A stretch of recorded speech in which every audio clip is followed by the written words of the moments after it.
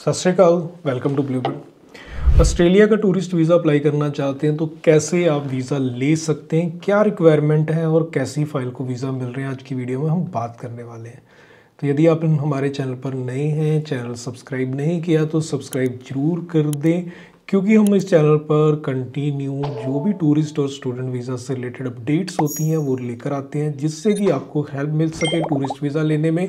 आपको किसी एजेंट को 10-15 लाख रुपया ना देना पड़े, आप खुद भी वीज़ा ले सके। ऐसी वीडियोस हम लेकर इस चैनल पर आते हैं, इसलिए सब्सक्राइब जरूर करके रखें कि हम ऐसी और अवेयरनेस वीडियोस जो होती हैं वो भी लेकर आते रहें।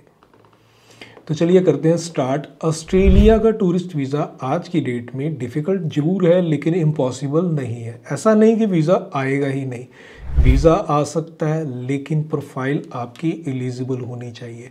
प्रोफाइल की एलिजिबिलिटी आप खुद कैसे चेक कर सकते हैं, हम आपको कुछ पॉइंट्स बताने वाले हैं। उन पॉइंट्स पे देखें कि आपकी फ़ाइल जो है एलिजिबल हो रही है या नहीं हो रही। यदि उन पॉइंट्स के अकॉर्डिंग ओके है तो डेफिनेटली आप अप्लाई कर सकते हो।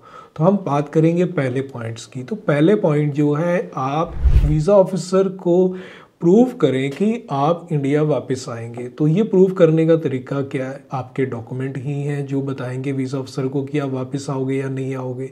तो पहला आपके पास मौका क्या होता है, वो ये है कि आप जब वीज़ा अप्लाई करने जा रहे हैं आपके फंड्स अच्छे होने चाहिए, साथ में आपके इनकम प्रूफ अच्छे होने चाहिए, साथ में आपके स्ट्रॉन्ग जो है फैमिली टाइज होने चाहिए।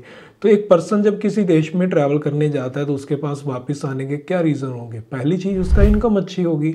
सेकंड, वो फाइनेंशियली कैपेबल है अपने देश के अंदर कि उसे कहीं और ट्रैवल करने की ज़रूरत नहीं है।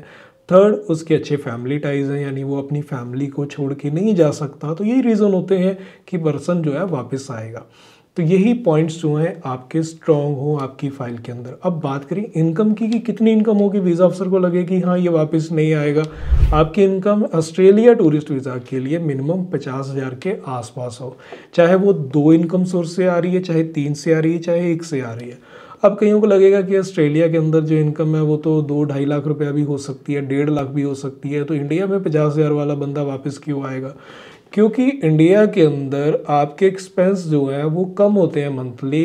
ऑस्ट्रेलिया के अंदर आपके मंथली जो एक्सपेंस है वही आपके लाख से 1.5 लाख के आसपास पहुंच जाते हैं। तो यदि कोई 1.5 लाख कमा रहा है तो उसको तो कुछ नहीं बचेगा, बट इंडिया में यदि 50,000 कमा रहा है तो उसको तो फिर भी कुछ बच रहा है, और साथ में वो अपनी फैमिली के पास रह रहा है, अपने घर के अंदर रह रहा है, अपनी कंट्री के अंदर रह रहा है। तो उसके स्ट्रॉन्ग इंसेंटिव होंगे कि वो वापस आएगा। अब फैमिली टाइज अच्छे हैं, मीन्स कोई मैरिड है तो उसके बच्चे हैं इंडिया में, तो उसके स्ट्रॉन्ग रीज़न होंगे। इमोशनल टच होगा उसका अपनी कंट्रीज़ के साथ, क्योंकि उसको लगेगा कि यदि मैं छोड़ रहा हूँ अपने देश को, अपनी फैमिली को, तो वापस आने में टाइम भी लग सकता है। हो सकता है कि बच्चों का वीज़ा बहुत लेट लगे, तो लोग इमोशनली मूव नहीं करते हैं। तो इसलिए फैमिली टाइज आपके स्ट्रॉन्ग हो तो वीज़ा अफसर को लगता है कि ये एक सॉलिड रीज़न है कि ये पर्सन वापस आने वाला है। अब बात आती है सेकंड पॉइंट की। सेकंड पॉइंट कि आपका ट्रैवल करना ज़रूरी क्यों है, आपके लिए क्यों ज़रूरी है कि आप ऑस्ट्रेलिया ट्रैवल करो। क्यों आप ऑस्ट्रेलिया को ही चूज़ करके बैठे हुए हैं, आप कहीं और क्यों नहीं ट्रैवल कर रहे? आप उसकी जगह दुबई, थाईलैंड, मलेशिया, सिंगापुर ऐसी कंट्रीज़ में भी तो ट्रैवल कर सकते हैं। तो इसलिए आपका स्ट्रॉन्ग जो है ट्रैवल प्लान हो, साथ में एक प्रॉपर कवर लेटर लिखा हो। ये दोनों चीज़ें होती हैं जो आपका स्ट्रॉन्ग रीज़न वीज़ा अफसर को देती है कि आपका ट्रैवल करना क्यों इतना ज़रूरी है ऑस्ट्रेलिया के अंदर। बहुत ज़रूरी काम तो नहीं होगा, लेकिन टूरिज़्म के लिए आपने ऑस्ट्रेलिया को क्यों चूज़ किया हो, कौन सी लोकेशंस हैं जो आप घूमना चाहते हो, जो कहीं और आप नहीं घूमना पसंद करोगे, आप ऑस्ट्रेलिया में ही वो चीज़ें क्यों देखना पसंद करोगे। तो इसके लिए आपको एक प्रॉपर अच्छा ट्रैवल प्लान भी देना होगा, साथ में एक प्रॉपर कवर लेटर भी देना होगा। तो ये दोनों चीज़ें अच्छी होंगी तो वीज़ा के चांस आपके बढ़िया हो जाते हैं और वीज़ा आपको मिल जाता है। अब थर्ड पॉइंट जो आपके लिए स्ट्रॉन्ग रीज़न बन सकता है वीज़ा लेने का, वो है ट्रैवल हिस्ट्री। आज की डेट में ऑस्ट्रेलिया वीज़ा लेना है तो एक स्ट्रॉन्ग ट्रैवल हिस्ट्री ज़रूरी है। फ्रेश पासपोर्ट पर ऑस्ट्रेलिया का वीज़ा लेना आज की डेट में डिफ़िकल्ट है।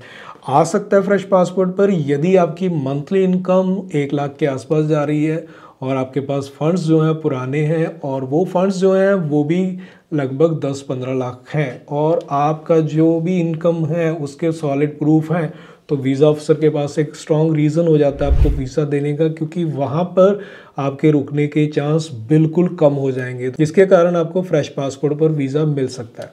तो ऑस्ट्रेलिया में जब भी अप्लाई करते हैं तो इस चीज़ को भी ध्यान रखें कि फ्रेश पासपोर्ट पर वीज़ा ले सकते हैं, लेकिन यदि बाकी पॉइंट्स जो हैं आपके स्ट्रॉन्ग है, नहीं है तो आप कहीं ट्रैवल करने जाएं, ट्रैवल करें, वहाँ से वापस आएँ और उसके बाद कुछ टाइम वेट करें, देन आप अप्लाई करें, जिससे आपका वीज़ा के चांस जो हैं वो स्ट्रॉन्ग हो जाए और आपको वीज़ा जो है मिल जाए। क्योंकि ट्रैवल हिस्ट्री आप बनाने के लिए गए लेकिन आते ही आपने अप्लाई कर दिया, आप रुके ही नहीं, आपने वेट ही नहीं किया, तो भी वीज़ा रिफ्यूज़ हो जाता है। क्योंकि वीज़ा अफसर को लगता है कि अभी तो ये कहीं और घूम के आए हैं, तो इतना कितना कमा रहे हैं कि आते ही ये दोबारा फिर ट्रैवल करने के लिए निकल गए, तो उस केस में भी वीज़ा रिफ्यूज़ हो जाता है। एक सॉलिड जो है गैप होना ज़रूरी है, जो कि मिनिमम 3 महीने का तो होना ज़रूरी है। और मैं आपको रिकमेंड करूंगा कि इसे आप 5 से 6 महीने तक ले जाएं।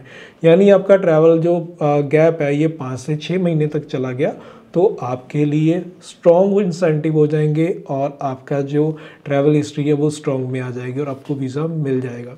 अब अप्लाई करना कैसे है, बड़ा सिंपल है। आपको ऑस्ट्रेलिया की जो इमिग्रेशन की साइट है उस पर जाना है, अपना अकाउंट क्रिएट करना है, ऑनलाइन आपको फॉर्म फिल करना है। जब आप ऑनलाइन फॉर्म फिल करेंगे ध्यान रखें, ध्यान से फिल करें और उसके बाद आप अपने डॉक्यूमेंट वहीं पर अपलोड कर देंगे। डॉक्यूमेंट में अपलोड में क्या होगा, एप्लीकेशन फॉर्म तो आपने ऑनलाइन फिल कर दिया, अब डॉक्यूमेंट जो है आपने अपने इनकम के प्रूफ लगाने हैं, अपने फंड्स लगाने हैं और एक स्ट्रॉन्ग ट्रैवल रीजंस लगाने हैं, जिसमें आपका day by day travel plan होगा, आपका कवर लेटर होगा, आपकी होटल बुकिंग्स होंगी, एयर टिकट की कॉपी होगी, तो जिससे आपका एक स्ट्रॉन्ग रीज़न जो है ऑस्ट्रेलिया में जाने का वो बन जाएगा।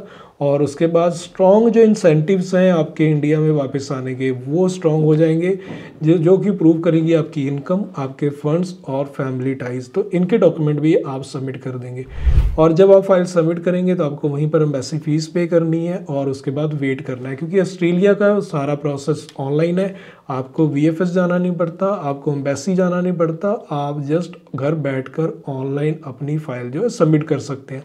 एक चीज़ की गलती ना करें, मैक्सिमम लोग क्या करते हैं कि जो उनके पास डॉक्यूमेंट होते हैं वो अपने फ़ोन से ही उसको स्कैन करके अपलोड करने की कोशिश करते हैं या जस्ट सिंपल फ़ोटो क्लिक करके ही उसको स्कैन करने की कोशिश करते हैं। वो गलती ना करें क्योंकि आपके डॉक्यूमेंट क्लियर होने चाहिए, वीज़ा अफसर को वो पढ़ने में आने चाहिए। आपके डॉक्यूमेंट पढ़ने में नहीं आ रहे हैं तो उसको अपलोड करने का कोई फ़ायदा नहीं है, अप्लाई करने का बेनिफिट नहीं है, आपकी एम्बेसी फ़ीस भी खराब जाएगी और आपका वीज़ा भी रिफ्यूज़ होगा। तो बेटर है आप किसी कैफ़े में जाएं और वहां से अपने डॉक्यूमेंट स्कैन करवा लें और स्कैन डॉक्यूमेंट बाद में आप अपलोड करें।